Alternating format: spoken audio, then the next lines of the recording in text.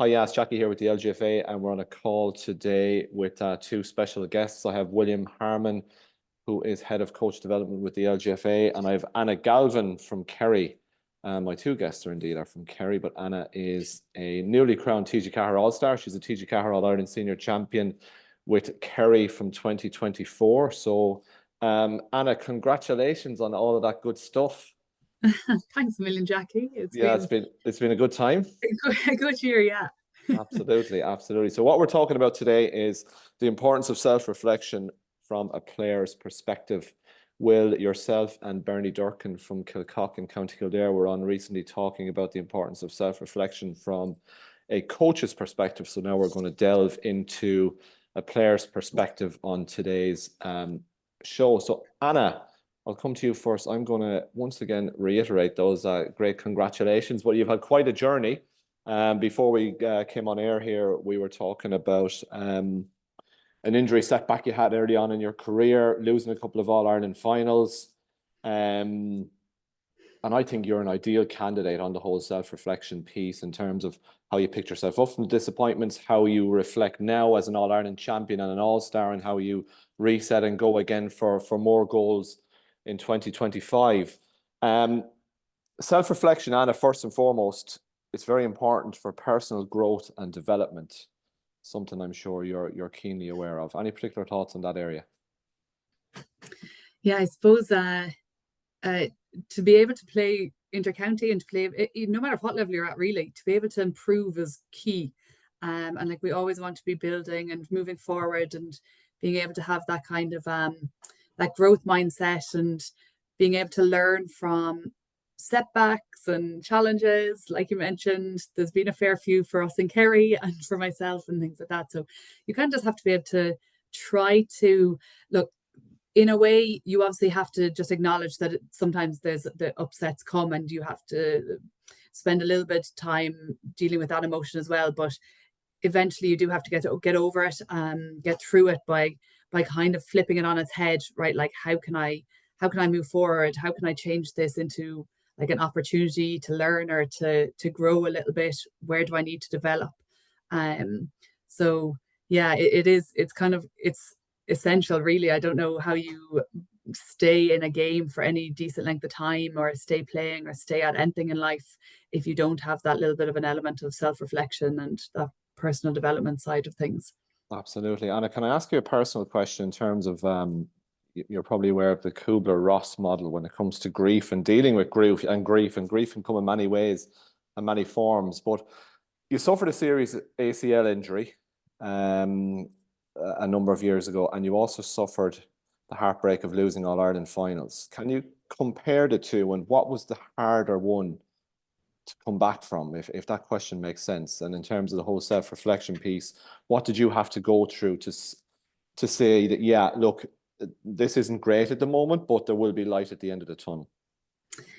Yeah, huge similarities in ways. So I suppose with both of them, when you towards the kind of maybe getting back into it, so like maybe the latter third of like your recovery and things like that, and this kind of November period of time or October period of time where you're thinking, am I going to go back again for another season after the All-Ireland, after losing All-Irelands?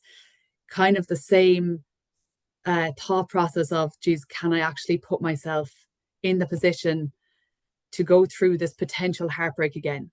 Like, can I actually do it again to myself? So I suppose there's a piece of massively something I've learned over the last little while is and something that I'd kind of preach a little bit is like, you have to know what your why is. Like your why do you play sport? Why do you play football? Why is it important to you? So, and like that can be different for different people at any age level, at any level of competition, whether that is because you're an extremely competitive person and you're like pushing yourself and you like being flogged in preseason training in December, or whether you love it because of the social aspect and the aspect of having a little bit of accountability to go out training once or twice a week or whatever it is. Once you know what your why is, you can always come back to that and kind of remind yourself of that, because self-doubts, and again, like, you don't want to put yourself in harm's way. It's human nature. We kind of want to protect ourselves at times, but if we do that too much, we never push ourselves to be able to, I suppose, grow and get past those barriers. So I guess I had to question myself, and I probably have developed that and like strength in knowing what my reason is for playing over the last couple of years a lot. When I was injured, I was only 18. So I probably struggled a lot more with it at that time. To be honest, when I wasn't playing, I probably was a bit bored and lonely. So that was a big part of like, okay, no, that's my why. I want to go back because I miss the girls and I miss training with people. But at the same time, I didn't really understand exactly my thought process, and it probably took me a lot longer to come around to that point. Or when I was having sort of doubts or negative thoughts, I mightn't have been as strong to be able to say, no, this is the reason you're doing it, and this is why you're going forward. Okay. Yeah. Well, I'm going to come to you, and I'm going to talk about Anna like she's not here, but she is here, right? But I look at Anna and I look at her career, and hugely intelligent player, very self-aware, hugely reflective, Will, very experienced, former team captain of her county, now an All-Star, now an All-Ireland winner. So if you're a coach and you've got someone like Anna Galvin in your setup, how important is that you have self-reflective players to help foster a really good culture within your setup? I suppose in particular, maybe in female sport, like you're always trying to empower your players. I suppose give power to the players to be able to take a bit of ownership of their own learning and to improve and develop. So, like, it is vitally important that I suppose the coach also sees the benefit of self-reflection and promotes it within their players. And I always think that a coach is kind of like a part-time sports psychologist in a way, because like there's the skills of the game itself, but there's so much more to it in terms of the person as well. So if you can get players like Anna, can you imagine if you're 24 players who are open to being self-reflective, who are open to becoming more self-aware, who are, will take those difficult moments and, again, just get over those by self-reflecting their performances across the board, then, oh my God, can you imagine what you can achieve? And I just think really self-reflection is all about getting players to just to kind of take time out to self-reflect. But I do think that the players that do that on a more regular basis are the ones that achieve a lot more, because they're, they're really kind of, testing the boundaries. They're really challenging themselves to be better all the time. I think if you get that continuous improvement as a group, oh my God, I just think it can be hugely positive. And there's various ways a lot of players do that. And I'd love to hear from Anna, what ways do you self-reflect? Like, I know there's some people love writing things down. I know some people might just like to get feedback from coaches on a regular basis. And there's other strategies like this, mindfulness and all these visualization. And every player is different in how they self-reflect. But if we can get players in a group individually acing the importance of it, doing it on a regular basis, and I think you're going to get a lot more players to take a lot more ownership of their own performances, and I think that is powerful in itself. That's just my observation, and if coaches can tap into that, I think you could be in a good place. But I don't know, Anna, I don't know what your thoughts around that, but that'd be my thoughts on it, Jackie. Yeah, I suppose, Anna, like at the start of the year, right, would you have set, you would have set goals, right? I guess one of them was to become an All-Ireland champion. Like, for example, if you were setting out a list of goals at the start of the year, this was your first All-Star, would an All-Star have been on it? Or would you go more for the collective piece in terms of winning an All-Ireland title? I've also seeking feedback from coaches. Do you journal, the mindfulness piece, visualization, positive self-talk, all of that good stuff? What do you take from that menu? So much there, isn't there? Loads. Yeah, like, I suppose, first of all, you were saying, like, yeah, there's huge benefit in I suppose players buying into the self-reflection piece. And if you have a coach that drives it, because it does have to come from the top as well, like, to a certain extent, like, we can drive it as players as well amongst each other, but it helps definitely if it's supported by coaching staff and things like that. It's massive. And then like it's so important as well, just on that, to remember that it's like self-reflection is obviously, like, reflection's a skill, and there's I suppose it can be very practical, and it's about trial and error as to what works for you, and you have to try different things out. Some will work for you, some won't. You mentioned loads there, and like some of them I love, and then some just don't suit me, and then vice versa for other people. They found what works for them. It's just, you have to stick with it a little bit and not just dismiss it because you've tried one or two things and it doesn't suit you. And then as well, self-awareness is different, and like that's a skill, and it's not a case of someone not having self-awareness and that they can't ever have self-awareness. It's absolutely a skill. And I suppose to be able to reflect accurately, you need to be able to develop decent self-awareness. So for instance, probably when I was like, even if I just think about myself, when I was younger, my like, we have a negative bias where we tend to be like hard on ourselves at times, and I probably would have been worse when I was younger, like quite critical on lots of areas, and putting a lot of pressure on myself in lots of areas that weren't necessarily fair. And it was just impacting on my confidence to do stuff, as opposed to actually like me reflecting on a performance and saying, right, well, what do I need to improve on? Whereas now I'm critical to an extent, or I suppose constructive of myself. So I kind of break it down into like what went well, first of all, start with the positive. What didn't go so well, or where do I need to improve? So it's important to phrase your language that way, as opposed to what did I do terribly? I made a balls of all these different things. Yeah. And then third point, like, because if we just keep going through how things went in our head, that's just ruminating on stuff, and like that's not helpful. So for me, there's like that important third step is, right, what actions do I need to take to actualize the improvements that I've highlighted for myself? So like setting goals is really important for me. And like you said, do I set out at the start of the year to win an All-Star?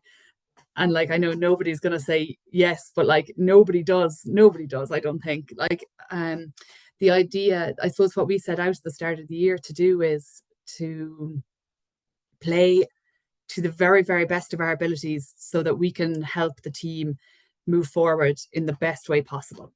So I suppose we set out to be better than we've ever been before, improve in as many ways as we can. And like, I suppose if you're thinking about it, like maybe that's then like all-star material, but it's not something that you actually like go for at all. It's just a case of being able to be as well prepared as possible to perform on the day for your team.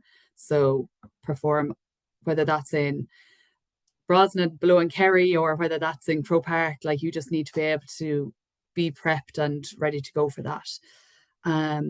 So yeah, there's I suppose like that goal piece is important, just to keep you focused. But I think as well at the start of the year, like I was saying, if I break down a performance and think about what went well, what didn't go well, and then what steps do I need to take, those steps have to be very small and like smart goal setting, like they have to be very specific. How am I actually going to achieve these?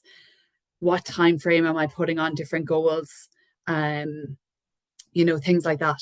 So I suppose it's important to use those tools and strategies that exist out there. There's a bucket load of them, and you just need to try out a few and find what works. And Joe, actually, Anna, Jackie, but I listened to Johnny Sexton, I think, was in a YouTube clip somewhere, and about you speak there, Anna, about there's different methods, and you need to find what works best for you. And I totally, it was just funny. I think Johnny Sexton was talking about mindfulness. I think it was, if memory serves right, and he thought at the start, listen, that's a load of what's this stuff about? But now he actually values it hugely. You know what I mean? Like, because he tried it out.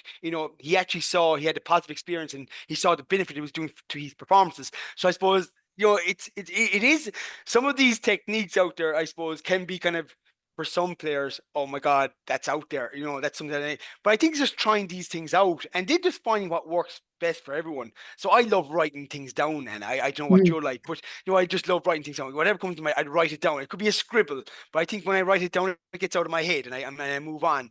But yeah, I think you're right there. It's just everybody finding a technique that suits best for them. And I think then I suppose at your level, and I suppose you do it at a high level on a regular basis, but any player that's involved at any level, it's just doing it on a consistent basis, really, and just kind of keeping on top of it. And you can have those kind of discussions with your coach, great. But even doing it yourself is a good practice, I suppose, Anna, really, isn't it? Do you know? Yeah, 100%. Like sure, we know ourselves.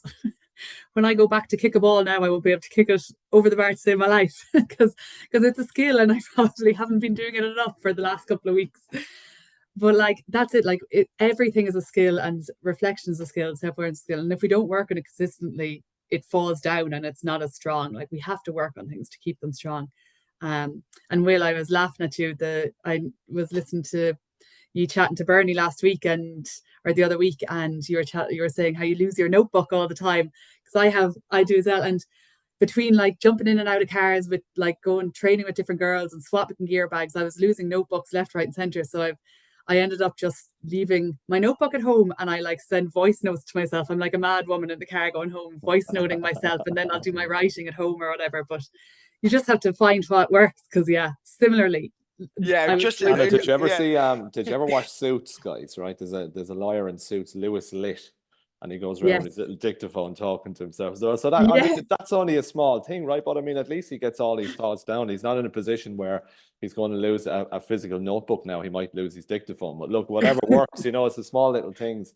Jackie, I love that I remind you of Lewis Litt. You sent over some good notes, Wills, right? And I wanted to touch on the type of things that you reflect on, Anna, and you've touched on a few of them there in terms of performance, etc., etc. But off the pitch, Will, you've outlined lifestyle, eating and sleeping habits.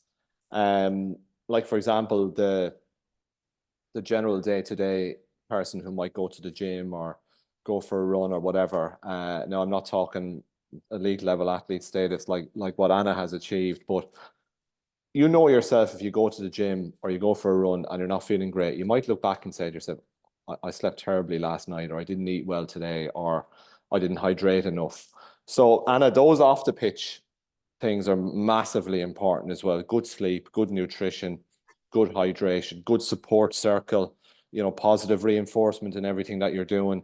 And you can take all of those, which in turn, in theory, should transfer into good habits when you get to the training field as well. Yeah, 100%. And if you can kind of build on that, like that's the foundation, I suppose, of like your performance and just even whether you're playing an elite level or playing at a high level sport, any levels of sport, or like just life in general, in terms of being able to, I suppose, be your best when you're with friends, and be your best when you're at work, and in terms of parenting or whatever it might be. We have to have a good foundation of health and well-being for ourselves, I suppose, and those are the core elements of it, like fueling our bodies well with food, fueling our bodies well with sleep, even like being mindful of like how much, I suppose for me, things that I think about when I think about routine is like how much traveling I'm doing, what my training schedule looks like. And so it does take a bit of planning initially, and you do have to put a bit of thought into it, but like you said, it builds then towards habits, and then ultimately quite a positive routine. And once you have a bit of a routine in place, the thought that has to go into it is much less, or it's much less tiring. So, and then you've set yourself on a really, really good path, or a really strong foundation for building on the more, I suppose, sport specific things or whatever it might be. And it is, it's kind of crucial to get that first, because ultimately, if you don't have that, when push comes to shove, like you will crumble. Because there was a period, Anna, where you had the travel piece, where you were up and down, and now you're back in Kerry, which I'm sure has brought a lot more structure to many different facets of your life. Yes, but it's much better being closer to training. All right, do you know what? I'm actually in Limerick, but we train a lot of the season in North Kerry, in Brasna, in one of the clubs, and then like in Tralee and things like that. I'm closer to the trainings in Yeah. Limerick than I would be if I was at home in my home way down South Kerry. Right. So it's yeah, but yeah, it was a big, I suppose there was two of us doing it at the time on my team, and it was myself and Cait Lynch were doing it together for a period of time, and then she decided that she was moving out of Dublin, I suppose a little bit sooner than I did. So we had each other for a good chunk of the time, and we kind of were over and back to kind of like, oh geez, I don't know how sustainable this is, but sure, we'll keep going as we have each other. And then when I didn't have her, I was like, oh, this is hard. So yeah, I suppose I just had to think about like what's best. Like at the time, it was I suppose there were big decisions I had to make in terms of I had to decide whether I wanted to leave a job that I really loved, or did I want to win an All-Ireland final.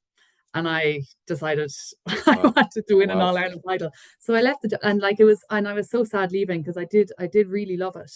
And I moved to Limerick, and sure, there's other jobs come up, and I got another job, and it was the grandest. And I've actually started a new job very recently back in the same area as I had been, the one that I left. So, you know, it's worthwhile taking these leaps because things do come up down the line as well. And it's not the end of the world that you have to close one door for a little bit of time.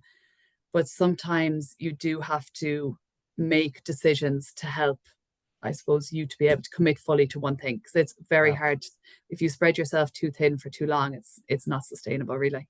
No, that's a high level of self-reflection, Will, you know, because that is it in a nutshell. I'm sure the amount of thought that went into all of that, Anna, to make a decision that impacted not only your sporting life, but more so your professional life. And then it obviously filters into all aspects of your life.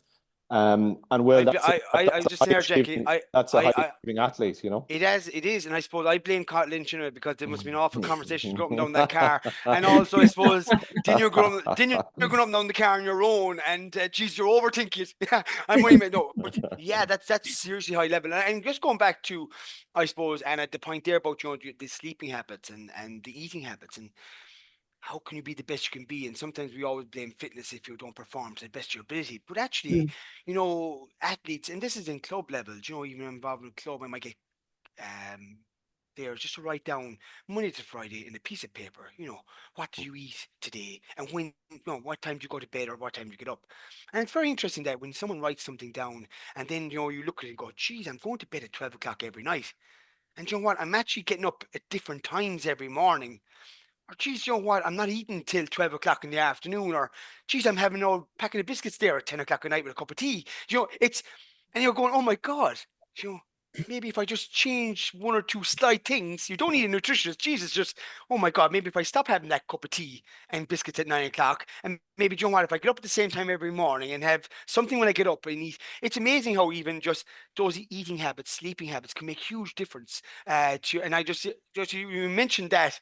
I just think even that simple task of writing down what you're doing from Monday to Friday could make such a huge difference to what you could do on the field of play. But yeah, that's serious high reflection, Jackie. I'm definitely blaming Cait Lynch on that one. 100%. Yeah, me too. Should be watching this now, and yeah, should be. But Anna, like, there's a friend of mine who hurled for tip inter-county level, and he was talking to me one day about you know, Will talks about the biscuits and chocolate. You know, in the winter time, you have your packet of tea bags, and close by is the goodies box. And he talked about a time where he just had to take the goodie box away, so it was out of sight, out of mind, and he replaced it with a fruit bowl. So small little things and those small little changes. Yeah. But when it comes to, and I will while we're here, I'm going to ask you maybe if you're going to go back next year. Maybe you haven't decided yet. But if and when it comes to that time, what are you going to have to think about or evaluate? I'm sure you're still basking in the glory of winning things, but when it comes to that decision-making process, and what are you going to factor in when you're in that period of reflection on, do I want to do this again, or do I not want to do this again? I think so. For a good while, people are asking me, even like early doors, people are like, "Are you going to go back, or is this you done, or whatever it is?" And for a long time I was kind of saying, I'm very on the fence, don't know, we'll see how things go. Sure, pure just fobbing people off. The whole time I think I probably knew in my heart of hearts that I wasn't done. I was, but then it just gave me a little bit of time to be able to think about it. So I suppose further thinking about going back, and it's about this time last year, or probably even a little bit earlier than this time last year, I said next year is 110% my last year. Like I'm running out of steam, and I'm just going to leave absolutely no stone unturned, and then I can hang up my boots. And when it came to it, then I just thought, oh God, that's very final. And I kind of just thought about the year gone, and I suppose years past, you have to go get through there was an awful lot of pressure. We'd been building ourselves up towards to getting into an All-Ireland, and then we were getting there, and we never didn't believe that we could win an All-Ireland. So every single year we were setting out to win an All-Ireland, and we were coming up short, and then suddenly we were coming up minutely short, and it was torturous. And you're like, oh my God, first of all, can I do this again? And second of all, there was just huge pressure on us because people are like, surely you'll win it next time round, go again. And there was this mad, I suppose, support had built in the county, which is super. Like, we love to see it. And some of the crowds that have been at the games has been unbelievable. But I guess then you're kind of going out there being like, I don't want to disappoint again. So the pressure was big, and it was nearly harder to think about going back last year. But this year, coming into it immediately, as soon as we'd won, that pressure was gone. That it's just lifted off our shoulders, and a few of us have actually said it. And even though obviously there's now the pressure, I suppose we still put it on ourselves. We're still now expected to win. We've probably become the hunted as opposed to the hunting. Like, we're no longer the hunter. And then like it's a different type of pressure, but we finally achieved. So I think we can kind of go back with the shackles off a little bit more now. So I'm kind of excited to go back into it with that mindset as one side of it. And then the other side of it is I then thought about my own self over the last year and how I've kind of, I suppose, made improvements and tried to work on stuff over the last couple of years. And I thought, like, is there anything left in me to improve? Do I still have areas that I was disappointed with this year? And I do. I still have areas that I think I can improve and I can do better. So I'm like, once there's that space and once there's that openness to go and do that a little bit more, I think then I was like, okay, it's more so the mindset as opposed to the body being able to get there. Your mind has to be tuned in for the fact that you're going to have to take another step this year, and I kind of feel like I still have enough in me to do that. So I'm going back. Well, we got the exclusive, Wills. We got the exclusive. Yeah. But it's amazing though. Yeah, it's amazing though what Anna said though. Into the mind tells the body what to do. At the end of the day, the body will only do what the mind tells you. So that's an interesting point, Anna, that once you get clarity in your mind, everything else falls into place. Sorry, Jackie, I could. Yeah, no, but it's probably a different, and you've hit it 100% there. And it's probably a different thought process for you now that you go in and you're going in. Yeah, do you know what, we've done it. That and you talk about that pressure being lifted off your shoulders. I'm sure it was intense and in a way maybe inhibiting, like, oh God, we have to. But now it's like, you know what, if we do, we do. If we don't, we've still reached the Holy Grail. We've still climbed that mountain, and who knows what next year will bring for you. But can I ask you as well, Anna, and just to wrap up on it all, I suppose over the last few years, I would have, from the outside in, looked at you more as in a half-forward position, whereas you might have taken a little step back into a more defined midfield slot, but well used to covering a lot of ground around that middle third of the field. So do you feel that this probably part of your season gone by was trying to adapt a little bit more to maybe not a position you're unfamiliar with, but a more defined position in that midfield, and that perhaps what you've learned this year you can bring it on again into 2025? Yeah, maybe. And like, I suppose even over the last 2 seasons prior to this, I kind of was like in and out of midfield. I was playing there a bit, playing at half forward a bit. That wing forward role is thankless. and I'm kind of glad to step out of it. The younger legs can carry us on that one now. But yeah, it's been nice to, I suppose, get us, and as well, previously, even if I got a couple of games in a row in other years at midfield, it was sometimes with like 2 seasons prior, it was like a lot of the time it was with Caught, and then a lot of the times Lorraine was in there as well, and there was between about 4 of us, we were sort of shifting and changing an awful lot, whereas myself and Mary this year kind of got a chance to, I suppose, get used to playing with each other there, and just know you kind of have to have a bit of an intuition as to what a person's going to do, where they're going to be, like, are they going to make that run or are they not, and do I need to step back into the pocket to defend or whatever it might be, because you can, I suppose it just takes a little bit of time to get used to it, and it makes a big difference. Those little kind of intuitive pieces makes a big difference. So having the chance this year even to kind of, I suppose, for the championship, we were more or less kind of together an awful lot of the time. So it was nice to get settled into that, for sure, as opposed to kind of a little bit more chopping and changing. And needs must at times, geez, you have to be able to adapt at the same time. But it'll be lovely to kind of build on that as well. And yeah, we'll see. Our managers are gone. Our management team is changing altogether, so they might have completely different ideas. I might have to learn how to play corner forward now or something. and that's a new process of adaptation for you as well, Wills. But I mean, we're talking to a player here who's highly adaptable in many senses, huge in-game intelligence as well, and off the field, massively intelligent as well. A coach's dream, Will, I would argue, to wrap up. Yeah, geez, when you have a player that's willing to learn all the time, improve, when you All have the a time, player even at this stage, even at this stage, when you have a player that makes time to self-reflect, when you have a player that's as open and honest as Anna is, unbelievable, you know. So it's fantastic. And then just before we go, if you don't mind me asking, like you probably would have had a sports psychologist in the Kerry setup the last number of years. Do you think that would help?